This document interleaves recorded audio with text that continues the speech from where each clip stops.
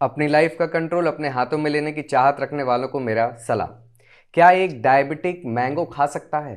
और अगर हाँ तो कितना खा सकता है, किस चीज़ के बदले खा सकता है और कब खा सकता है, जानेंगे आज के इस एपिसोड में साइंटिफिकली और डिटेल में।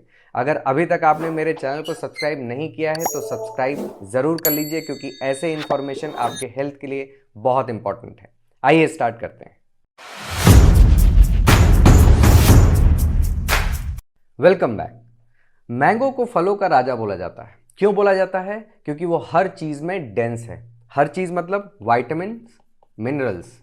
और जब हम वाइटामिन मिनरल्स की बात करते हैं तो हमारे दिमाग में सिर्फ एक चीज़ आती है और वो आती है इम्यूनिटी।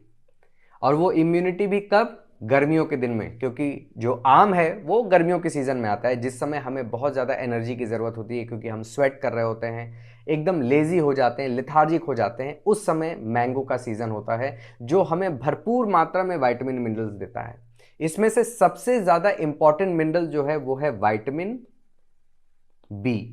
विटामिन बी का एनर्जी मेटाबोलाइजेशन में बहुत बड़ा योगदान होता है। यानी कि जो खाना हम खाते हैं उस खाने को डाइजेस्ट करने में विटामिन बी का बहुत बड़ा रोल है। गर्मी के दिनों में हमारा जो डाइजेशन प्रोसेस है वो स्लो हो जाता है बिकॉज ऑफ द हीट, जो बाहर गर्मी है। ठंड के दिनों में हमारा मेटाबॉलिज्म बढ़ जाता है, ये आपने ज़रूर सुना होगा।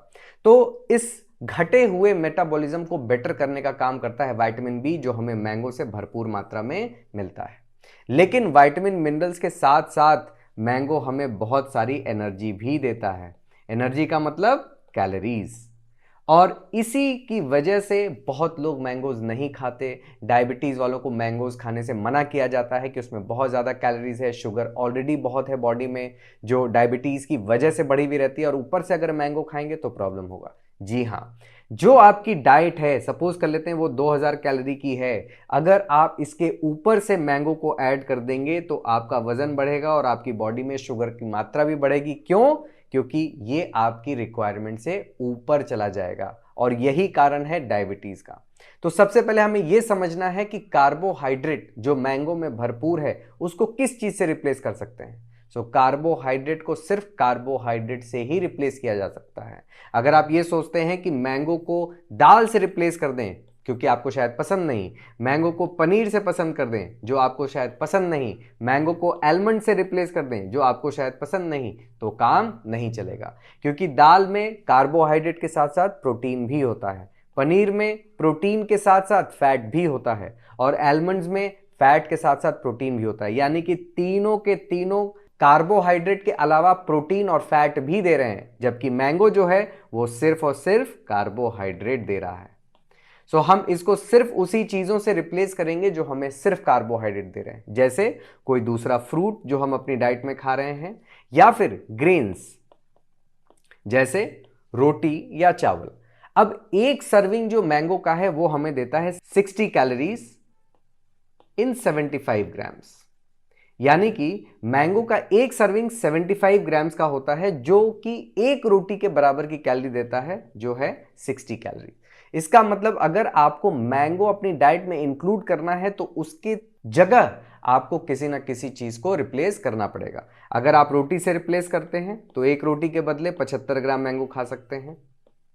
अगर आप राइस से रिप्लेस करते हैं तो 50 ग्राम राइस की जगह कुक्ड राइस, 50 ग्राम कुक्ड राइस की जगह आप 75 ग्राम्स मैंगो खा सकते हैं। अगर आप वाटरमेलन की जगह खाना चाहते हैं तो 250 ग्राम्स वाटरमेलन की जगह आप 75 ग्राम्स मैंगो खा सकते हैं।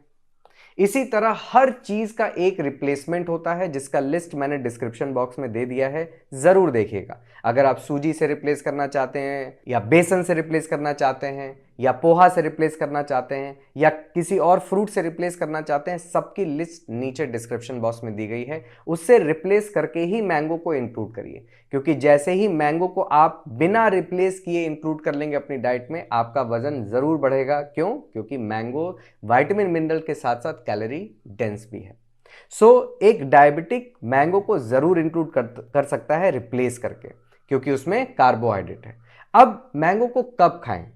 Mango is full of enzymes, cofactors, factors. Enzymes, coenzymes, cofactors क्या करते हैं? हमारे फूड को डाइजेस्ट करने में बहुत मदद करते हैं। तो अगर आप इन फ्रूट्स को खाने के बाद ना खाकर खाने से 15-20 मिनट पहले खाएंगे तो वो आपके लिए ज़्यादा फ्रूटफुल होगा। क्यों? क्योंकि 15-20 मिनट में जब वो शुगर लेवल आपका बढ़ेगा, उसमें एंजाइम्स को फैक्टर भी होंगे जो आपके आने वाले खाने को डाइजेस्ट करने में हेल्प करेगा। प्लस जो आने वाला खाना है वो कॉम्प्लेक्स अगर होगा, कॉम्प्लेक्स का मतलब उसमें दाल, चावल, वेजिटेबल्स, ऑयल, ये सब को मिला हुआ रहेगा तो उसको हम बोलते हैं कॉम्प्लेक्स मील। तो ये कॉम्प्लेक्स मील की वजह से आपका जो शुगर लेवल है वो जो बढ़ेगा, अगर बढ़ेगा मैंगो की वजह से, तो वो वापस नीचे आ जाएगा। सो दोस्तों, मैंगो बहुत आराम से खा सकते हैं, बस कुछ चीज़ों का ध्यान रखना है कि कब खा सकते हैं और किस चीज़ के बदले खा सकते हैं।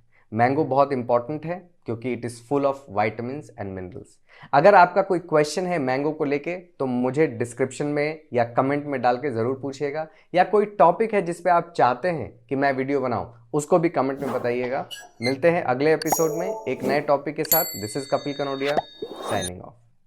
नहीं नहीं नहीं, अल्कोहल का कोई भी मॉडरेट क्वांटिटी हो ही नहीं सकता, वो किसी भी क्वांटिटी में डैमेजिंग है। अगर कोई न्यूट्रिशनिस्ट या कोई ट्रेनर आपको ये बोल रहा है कि महीने में 1-2 बार आप ले सकते हैं या फिर वेट लॉस अगर करना है तो अल्कोहल के साथ भी हो जाएगा, तो अपने काम के साथ तो बेईमानी कर ही रहा है, वो आपके हेल्थ के साथ भी खेल रहा है।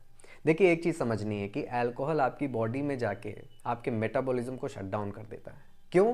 क्योंकि वो बॉडी के लिए एक फॉरेन पार्टिकल है। अब सपोज करिए आप घर में किचन में खाना बना रहे हैं, अचानक से आपको लगा कि कोई घर में घुसा है, तो आप क्या बोलेंगे? पहले खाना बना लेते हैं फिर उससे निपटेंगे? नहीं, आप सारा काम छोड़ के पहले उससे निपटेंगे। बिल्कुल उसी तरह बॉडी के अंदर लिवर को ये रिस्पॉन्सिबिलिटी दी जाती है कि भाई देखो ये कौन आ गया, इससे निपटो। लिवर अपना सारा काम छोड़ के अल्कोहल से निपटता है, और अल्कोहल कोई न्यूट्रिशन भी लेके नहीं आता है, एम्प्टी कैलोरी है वो, और बॉडी के अंदर जो ऑलरेडी न्यूट्रिशन है उसको भी लेके चला जाता है। तो इम्यूनिटी की ऐसी तैसी हो जाती है, मसल रिकवर नहीं होने देता, इसलिए मसल फटीग में रहता है, स्लीप क्वालिटी को बिल्कुल डेटोरिएट कर देता है। अगले दिन आपको ऐसा लगता है कि पूरा का पूरा दिन खराब हो गया। तो आप क्लाइंट को सच्चाई बताइए, फिर वो पीता है नहीं पीता है उसकी प्रॉब्लम है। अगर एज अ कोच या न्यूट्रिशनिस्ट हम ये बोल देंगे कि हाँ महीने में 1-2 बार आप ड्रिंक कर सकते हैं, तो फिर तो वो करेगा ही ना, क्योंकि उसके लिए तो आप इंपॉर्टेंट हैं। सो प्लीज, मतलब आप समझ रहे हैं मेरी बात, कि आप क्लाइंट को सच्चाई बताइए, वो इंपॉर्टेंट है। इंटरमिटेंट फास्टिंग से वेट लॉस, इसको भी समझ लेते हैं। सपोज करिए कि 20 घंटे की फास्टिंग कर रहा हूं मैं, सिर्फ 4 घंटे खा रहा हूं, लेकिन उस 4 घंटे में अपनी जो टोटल रिक्वायरमेंट है उससे ज़्यादा खा ले रहा हूँ। और ये पॉसिबल है भाई, आजकल एक चीज़ केक की स्लाइस ही 800-900 कैलोरी की आती है। 3-4 चीज़ केक की स्लाइस खा ली और वो हमारा पूरा का पूरा ज़रूरत से ज़्यादा हो गया। एक्चुअली लोग कन्फ्यूज्ड हैं फैट बर्न में और फैट लॉस में। जब आप फास्ट करते हैं तो उनको लगता है फैट बर्न हो रहा है, करेक्ट है, फैट बर्न हो रहा है, लेकिन लॉस तब होगा जब आप उस फैट बर्निंग को मेंटेन करेंगे। अगर 2000 कैलोरी बर्न हुआ दिन भर में जब भी आप फास्ट रख रहे हैं और 2000 कैलोरी खा लेंगे, तो कैसे फैट लॉस हो जाएगा? और जिन लोगों का फैट लॉस हो रहा है इंटरमिटेंट फास्टिंग में, उनसे मैं एक एक्सपेरिमेंट करने को कहता हूँ कि आप जो भी खा रहे हैं अपने ईटिंग विंडो में उसको दिन भर में स्प्रेड कर दीजिए, तब भी वेट लॉस होगा। भाई 2000 की रिक्वायरमेंट है, 1500 खा रहे हैं, अब भले वो 1500 2 घंटे में खा रहे हो, 4 घंटे में खा रहे हो या 12 घंटे में खा रहे हो, डेफिसिट में आप हैं ही, तो वेट लॉस तो होना ही है ना। फास्टिंग एक पावरफुल टूल है बेटर हेल्थ के लिए, लेकिन फास्टिंग को जब आप वेट लॉस के टूल की तरह यूज करते हैं ना, तो हार्मफुल हो जाता है, क्योंकि फिर आप स्ट्रेस में रहते हैं पूरे टाइम, केवल वेट वेट वेट वेट। तो वेट के लिए तो सिर्फ कैलोरी डेफिसिट इंपॉर्टेंट है, बाकी और कुछ चाहिए ही नहीं आपको। Walking is not an exercise, मतलब इवन आई एम सरप्राइज कि बहुत सारे रील्स पे मेरे कमेंट आते हैं कि अबे तुम्हें कुछ मालूम ही नहीं है, वॉकिंग इंपॉर्टेंट है, एक्सेट्रा एक्सेट्रा। देखिए, वॉकिंग एक्सरसाइज की कैटेगरी में ही नहीं आता है, वो is just a physical activity. Physical activity मतलब जो आप डेली बेसिस पे कर रहे हैं, बॉडी यूज टू हो चुकी है। सपोज कर लेते हैं कि आपने लाइफ में कभी कुछ नहीं किया, नॉट इवन वॉकिंग, उसके बाद अगर आप आज वॉकिंग पे जा रहे हैं तो मैं कहूँगा हाँ चलो आप एक्सरसाइज कर रहे हो, क्योंकि वो आपके लंग्स को, हार्ट को और मसल्स को चैलेंज कर रहा है। बट अगर आप वॉकिंग करे चले जा रहे हो सालों से, इट इज़ यूजलेस। भाई एक्सरसाइज का डेफिनेशन ही यही है कि जो एक्टिविटी आपके हार्ट, लंग्स और मसल्स को चैलेंज करे, क्योंकि चैलेंज करेगा तभी वो ग्रो करेगा, ग्रो करेगा तभी वो स्ट्रांग बनेगा। अब जिन लोगों को नी की प्रॉब्लम है, अर्थराइटिस की प्रॉब्लम है, जो वॉकिंग ही उनके लिए एक चैलेंज है, तो उनके लिए ठीक है। बट अगर आप फिट हो और आपको लगता है वॉकिंग से एक्सरसाइज हो रही है, तो नहीं हो रही। अगर आपके नी प्रॉब्लम है, आप डॉक्टर के पास जाओगे तो वो आपको फिजियोथेरेपी बोलेगा। फिजियोथेरेपी का मतलब क्या है? Strengthening of the muscles. ठीक है, तो स्ट्रेंथनिंग बेसिक है।